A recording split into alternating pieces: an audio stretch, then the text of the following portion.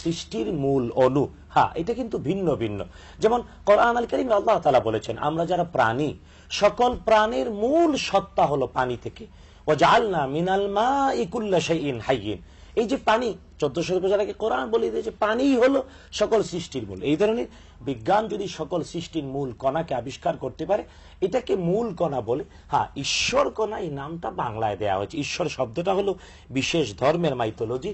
মুসলিম যারা, তারা ঈশ্বর শব্দ বলতে পারি না, কারণ এর স্ত্রীলিঙ্গ রয়েছে, এর দ্বিবচন বহুবচন রয়েছে। আর 2 নাম্বার, মান্যত। হ্যাঁ, মান্যত করা যায়, তবে মান্যত হতে হবে যে কোনো ইবাদত দিয়ে, এবং তা হতে হবে সুন্নাহর অনুমোদিত পন্থায়, এবং হতে হবে কেবল আল্লাহ তাআলার জন্য এবং তার নামে। এর বাহিরে যে কোনো মান্যত হারাম। যেমন যদি কেউ বলে শাহজালালের ডেকে দেব, শাহপরান রে দেব, বায়েজিদ বুস্তামি রে দেব, অমুক কবর রে দেব, এগুলা হারাম। বরং আল্লাহ তাআলার জন্য 10 টাকা মান্যত করলো, 10টি রোজা, 10 রাকাত সালাত, অথবা কোরআন আল কারীমের তেলাওয়াত করবে, এগুলা হতে পারে। মান্যত যথাযথ শরিয়ার অনুকূলে হলে তা পূর্ণ করাটা ওয়াজিব।